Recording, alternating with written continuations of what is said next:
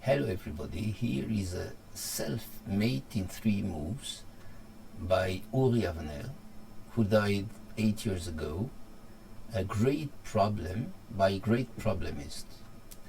I first show some schematic Selfmade in 1 in order to explain clearly what a Selfmade is.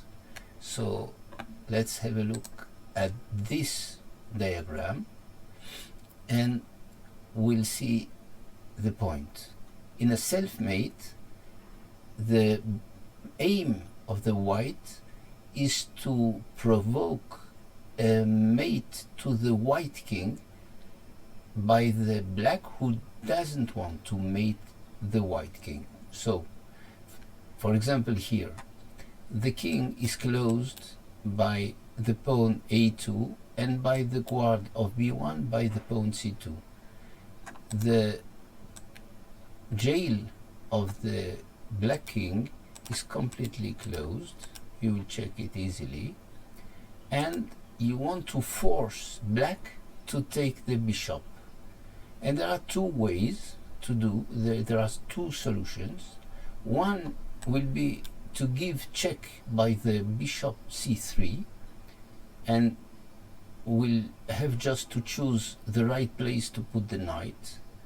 And so the knight cannot go to c2 because it gives a flight on b1. It cannot go to d3 because it can go afterwards to b2.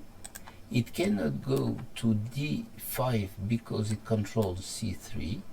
It cannot go to c6 because it's a double check and the black king will be checkmate. So the only way to solve the position here with the check, the only way to solve with check is knight a6, and the only way for black to parry this check is to take, and then it is checkmate. The other solution here is not to take check, not to give check, but to close the bishop and to play g7. Now black has to play, and the only move they have is bishop takes mate. So let's have a look at the second schematic Selfmade in 1. It's almost the same thing, but now the small change is that the rook will be opened if the knight plays. So this solution doesn't work anymore because it provokes bishop takes bishop, but now the rook can cover the check, and then it is not a checkmate. The only solution that remains is bishop g7, provoking bishop takes bishop mate. But if instead of the knight c5 that is controlling the two squares a4 and a6, we had a white bishop, for example, like this in b5, here the solution that we made to put the bishop on g7 doesn't work, because now the king will be able to take on b4. Now the only solution is knight to a6 check, because the rook is no more controlling b2 because of the bishop b5 that intercepts the line. Okay, now let's go back to the problem of Uri Avner. Here it's a Selfmade in 3 moves. The two kings are well closed. The white king is blocked by his own pawns on a3 and a5. The bishop b4 is also blocking, but it's not important because the black king controls the file on b3, b4 and b5. The pawn on a6 we can see immediately. The pawn on a6 controls also b5, and then if later a white piece will come to b5 to give check, it will force the pawn to take, and it will be mate. The king, the black king, is completely closed. The three squares on the b file are controlled by the white king. c3 is controlled by the bishop. d3 is controlled by the knight, by the bishop g6 and by the rook d6.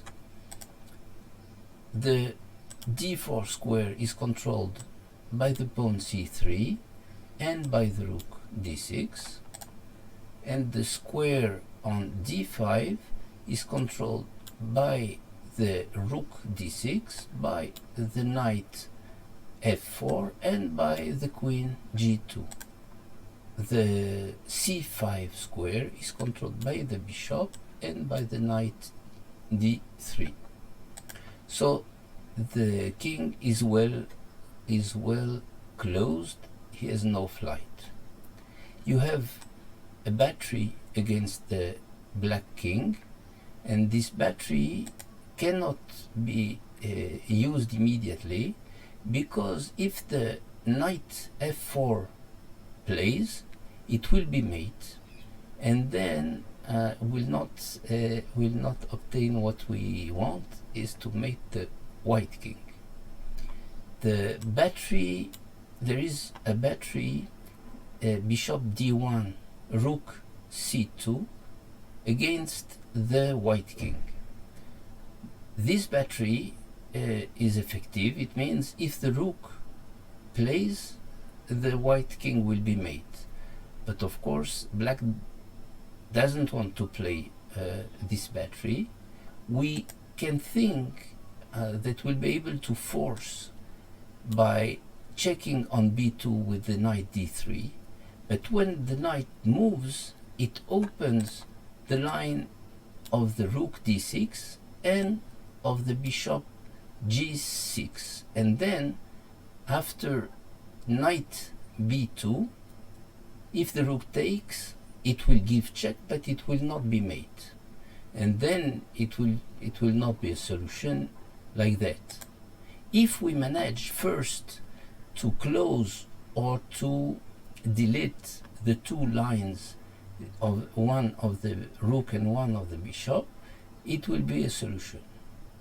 So I show immediately the solution. We have self-mate in 3 moves.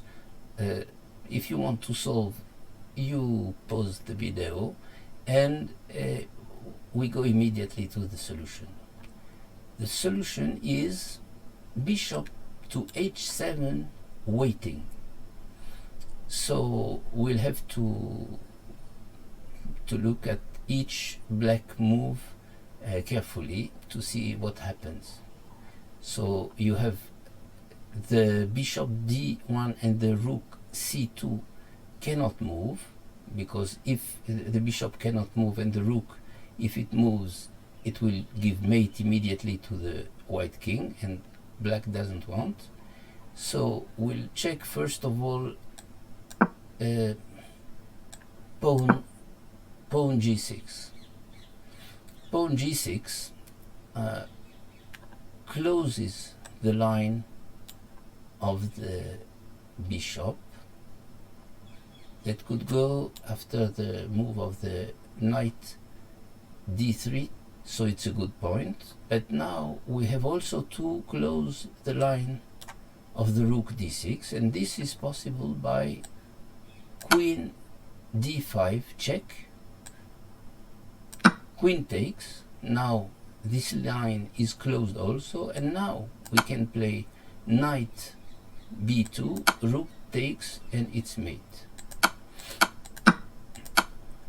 We should notice here that a good try would be to go with the rook, let's say on g6, in order to threaten knight b2 check, and then because the two lines doesn't exist anymore, it should be made. But black can go on c3 with the bishop, and then if you have knight check, the black bishop takes and there is no mate. That's why we are going to close the line of the rook with a check, not to let the black play on c3 with the bishop. Another variation of the same kind is bishop d2. Bishop d2 closes the line of the rook d6 to d1, and then we'll have the same kind of answer by white. Check on e4 in order to close the line of the bishop. Queen takes and knight b2 check, rook takes, and it's mate, because the two lines are closed. Now we had a look at pawn on g6, bishop on d2. Another black move is queen takes, queen g2. The negative point here for black that will be used is that the queen now controls the battery by giving the possibility to go to e4, and then we'll be able to check with the knight and to choose carefully the place where the knight will go. On e4, on any check, the queen goes to e4 to parry the check. On e4, the queen will close the line of the bishop. Then we can go on d5, closing the line of the rook, check by the white rook. The queen is obliged to go to e4, and then we can check in b2, and again the two lines are closed. Rook takes b2, mates. We have also a small detail to underline, that after the move queen e4, the square d3 is no more guarded, but it's not important, because the check on b2 controls back the d3 square. So another variation that is like this one is bishop to c3. Bishop to c3 in one hand controls b2, but on the other hand it controls also the battery rook g4, knight f4, and then white will be able to use this and to go on the same way. We'll check with the battery. The bishop will be obliged to go to d4, and then to close the rook d6 to d1, and we will use it by choosing the place of the knight on and placing it to at g6. So after bishop takes on c3, knight g6 check, bishop d4, close the second line, the line of the rook, and again rook knight b2 check, rook takes, mate. So we had a look at the pawn goes, the bishop to d2 and the bishop to c3. We'll have a look now at bishop to f2. Bishop to f2 has a negative effect for black, that it forbids now to go to c3. So white will be able to play the quiet move rook g, that removes in one move the two lines that are disturbing, and leaves black free to move. But black has no move against the threat knight b2, because the bishop abandoned the possibility to play on c3. And then on any move by black, now you have knight to b2 mate, check, and rook takes mate. Another point we have to see after the key, if the queen goes anywhere without taking the queen.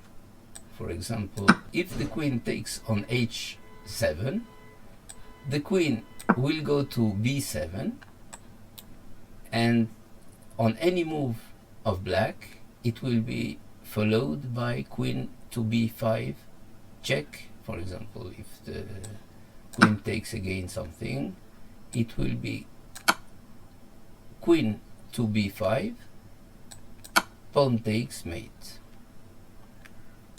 Black cannot avoid this. So we saw all the moves that black had at their disposal, and then we saw the solution. There is no threat at the diagram. Now we'll have a look at some tries. Instead of the key at the first move, we should think that some moves are interesting. For example, if we remove the line of the bishop first, for example by playing on h5, it seems interesting, because now we are threatening immediately the queen on d5, and then it seems difficult for black. But black here has a nice way to defend, and the way is to take the queen on g2. When black takes on g2, we have the possibility of moving with the knight f4, but we'll need to close the line of the rook. And now on knight d5, the king will be able to flight to go to d3, because the bishop doesn't control anymore d3. So this is the refutation. If white goes to d5, king will go to d3, and there is nothing that white can do after this. So another try might be bishop to f5, with another idea to go to d7, and then to go to b5 to give check, and black will be obliged to take the bishop on b5, and it will be mate. So to defend this is not easy for black, though there are quiet moves. Black has not so many possibilities, and the defense against this is bishop takes on c3, bishop takes on d7, bishop takes on b4, and if bishop goes to b5, the king will have a flight on c3. Another try that looks like this one is rook to d7. This is threatening queen to c6, because now the black queen cannot take on c6. It will be mate to the white king immediately, and the same kind of black defense is effective. Bishop takes on c3, queen goes to c6, bishop takes on b4, queen on b5 checks, and the king can move to c3. And another try with the same idea is queen takes h1 with the threat to go to b7 and then to b5. And here there is something new. If black says, okay, I understood the way to do and I have a good defense, this time it doesn't work. If the black bishop goes to c3 in order to prepare on queen b7 to take on b4, white have a very nice move. Knight goes to g2, forcing bishop d4, and now bishop to e1, and black has no move, but the rook must move and give mate to the white king. So after queen takes on h1, the only possible refutation is g2 that close simply the line of the queen, and queen takes queen is not a solution for white. So we saw the full solution. The full tries a very, very nice problem, a great problem by the great Uri Avner. For me, it was a great pleasure when I discovered this problem. Now, with my friend Rafi Rupin, we made a book about the problems of Uri Avner. And this book is available at the address beneath the video.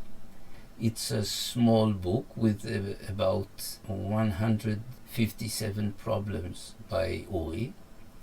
And the problems are very, very interesting.